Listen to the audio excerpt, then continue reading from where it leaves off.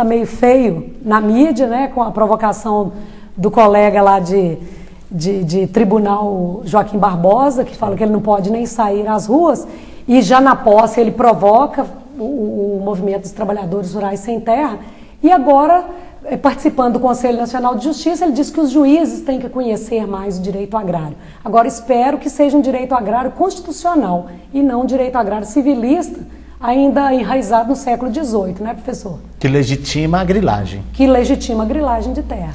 Exatamente, Delcio. Chegou no ponto que eu queria, porque essa conversa, essa reflexão está mexendo muito comigo, porque vários motivos. Primeiro que eu senti na pele a ausência de uma reforma agrária. Eu nasci 5 meses antes de começar a ditadura militar, né? Trabalhei junto com o papai à meia em latifúndio, né?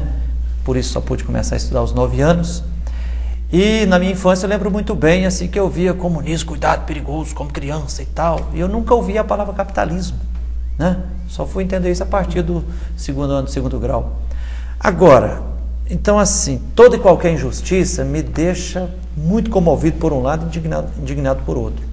Então, a hora que eu fico pensando assim, parece que o Brasil já são 509 anos de não de uma nação, mas de uma empresa, uma indústria de triturar vidas. Primeiro, triturar a vida dos indígenas, depois dos negros. Depois trituraram os camponeses, os negros, os zumbis e tudo. Depois canudos trituraram também. Depois contestado, triturado. As ligas camponesas, que chegaram a ter mais de 2.000 ligas, aglutinando mais de 70 mil camponeses, foram massacrados, né?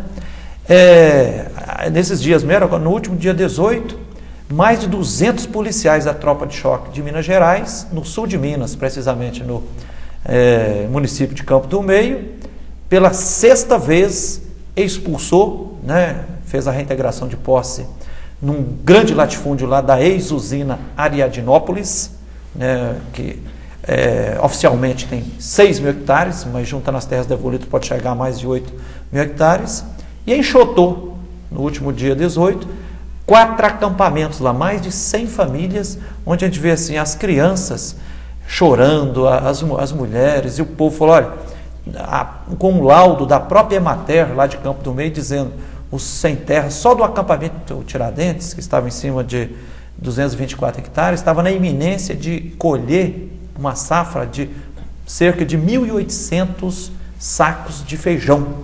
Um sem terra foi preso porque ele insistia, quando via a polícia passar com tratores e máquinas em cima das lavouras, ele insistia em arrancar uns 4 pés de mandioca e levar pelo menos meio saco de... Então, assim, parece que há uma engrenagem que a classe política agora, sob a liderança do Lula, em vez de fazer reforma agrária, estão fazendo o contrário, uma latifundiarização, né? E aí eu gostaria que... Nós estamos caminhando no sentido, você citou a Veracel, mas aqui em Minas, aqui, a monocultura está graçando, né? E as monoculturas vêm desde o século XVI lá, né? Só a Cenibra planta eucalipto em 47 municípios e compra eucalipto de outros 150 municípios, né? Pau certo está entortando a vida do povo. Então eu queria que você... É realmente necessária, tem saída para o Brasil, se não for de fato feita uma reforma agrária, casadinha com a reforma urbana, como as brigadas populares estão defendendo? É uma questão que a sociedade brasileira, a sociedade civil organizada, tem que entrar nesse debate. Queria colocar um dado. Ontem eu estudando um livro que foi publicado pela USP, pelo Departamento de Geografia, e com um dado muito interessante. Hoje, na América Latina, quem está resistindo a esse poder hegemônico capitalista são os camponeses. E quando eu digo camponeses, mais indígenas e população tradicional. É impressionante como a população urbana, ela naturalizou toda a exploração capitalista e não reage mais. Você está se referindo, por exemplo, ao MST e aos Chiapas do México, por exemplo?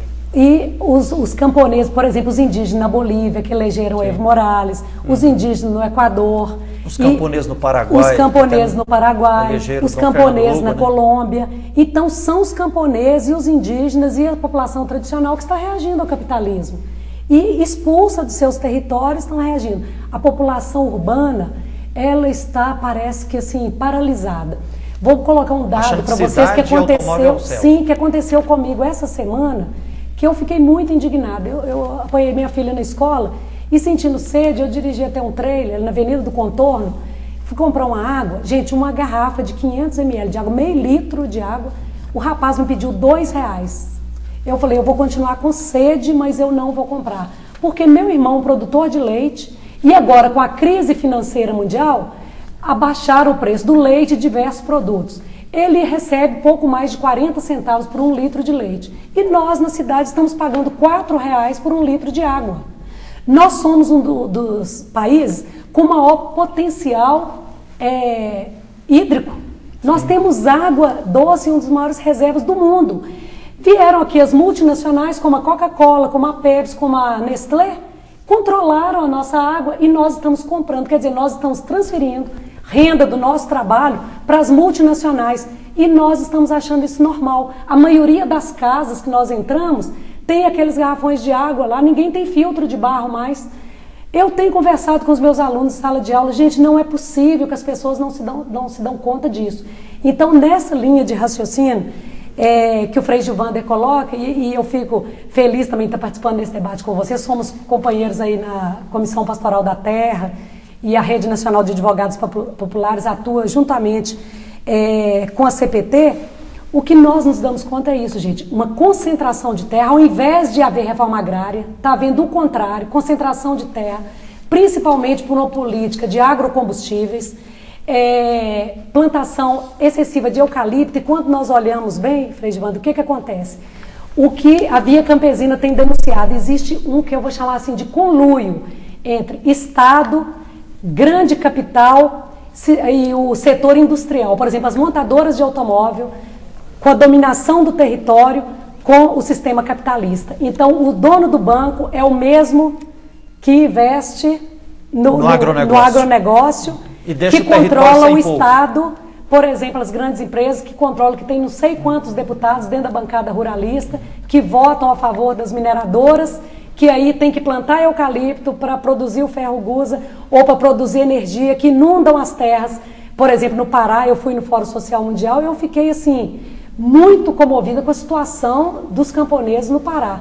Gente, a quantidade de mineradora, Joviano estava lá também, a quantidade de mineradora no Pará, olha, barragem no Rio Madeira, o Rio Xingu, os indígenas estão resistindo, Dom Erwin, né, que é o bispo, ameaçado de morte, estão acabando com a Amazônia, inundando terras, acabando com a floresta, as mineradoras. Então a situação é gravíssima. Diante de uma crise econômica dessa, Frei Gilvander, eu tenho para mim, como estudiosa do direito agrário, do direito ambiental, que é o momento de o governo dar condição às pessoas, pelo menos, de ter uma ocupação, de produzir seu próprio alimento, porque emprego não vai ter, gente. Atividade industrial, eles têm recesso. A cidade não tem condição de receber mais pessoas, não é não? Gostaria de ouvir. E a segurança alimentar e a soberania alimentar? Vamos falar disso também, só gostaria de a participação do Joviano, que teve no Fórum Social também. Exatamente, Deus. Diante desse contexto, né, de ação das transnacionais no campo, no caso da cidade, da ação devastadora da especulação imobiliária, os grandes latifúndios urbanos, tem uma ferramenta que se coloca, né, historicamente utilizada pelos movimentos camponeses e urbanos também, que são as ocupações urbanas. Sim. Recentemente, você escreveu um belíssimo texto, né, ocupações ou invasões, tentando quebrar esse estigma, né, ideológico em torno dessa ferramenta de luta. Sim. Bom, e aqui em Belo Horizonte, especificamente, tem 2 casos emblemáticos, né, de ocupações que estão em curso, ameaçadas de despejo, né? Ocupação Camilo Torres, que na verdade não é nem mais uma ocupação, é uma comunidade Camilo Torres, né? Barreiro, né? Que são ruas com área de lazer, uma praça de assembleia, tem turmas de alfabetização, enfim. E a ocupação mais recente do Céu Azul, né? Que foi emblemática da cidade, né? Inclusive na camisa aqui, a ocupação da Andara, onde estão acampadas, né, 1.086 famílias, né, organizadas pelas Brigadas Populares do MST, nesse casamento, né, das bandeiras da reforma agrária com a reforma urbana. Vamos fazer uma continha aí, conta para todo mundo, 1.086 famílias, então são quantas pessoas?